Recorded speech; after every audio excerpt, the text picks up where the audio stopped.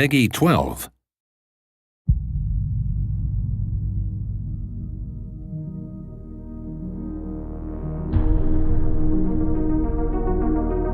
The way we've tried to weave the story of the hostile machines and the mystery into the game is a way to explore it in a more free manner.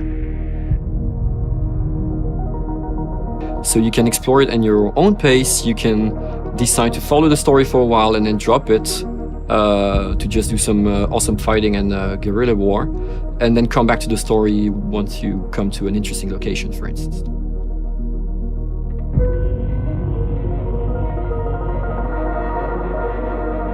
The way missions are set up in the game is it's supposed to be free to take on as you will. If you are the type of player that wants to find a narrative in a certain location or follow down the path of solving the mystery, that's available to you to do wherever you go in the game. You will find sort of pieces of that puzzle to find. If you just want to explore the world, take on the enemies, find the best loot, do the coolest tactics together with your team, taking down the biggest, baddest enemies there are out in the world, that's also a way that I think a lot of people will play the game. They will just go out and have fun and not bother that much about the narrative. Whenever they want to, they can pick up on it, but it's definitely nothing that we dictate that you have to do.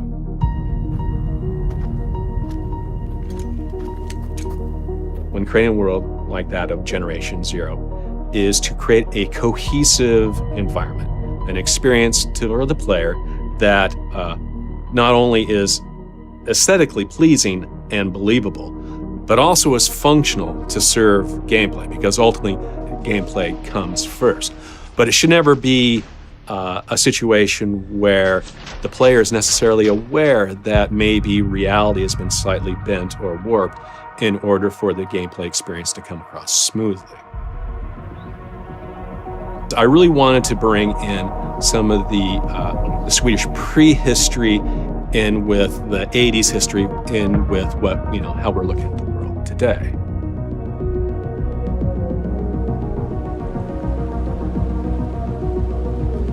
The reward players get for exploring isn't just finding cool new places, although there are loads of cool places to find.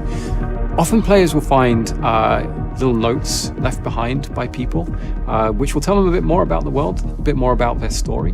And they might find weapons, new weapons and ammunition that they wouldn't necessarily find in other areas in the game. So it's always a great idea to go exploring, find great new things. It's really humbling as a game director to be able to work with people who really go into things 100%. And these are people who, some of them are veterans of Avalanche Studios. They worked on all of our AAA games before.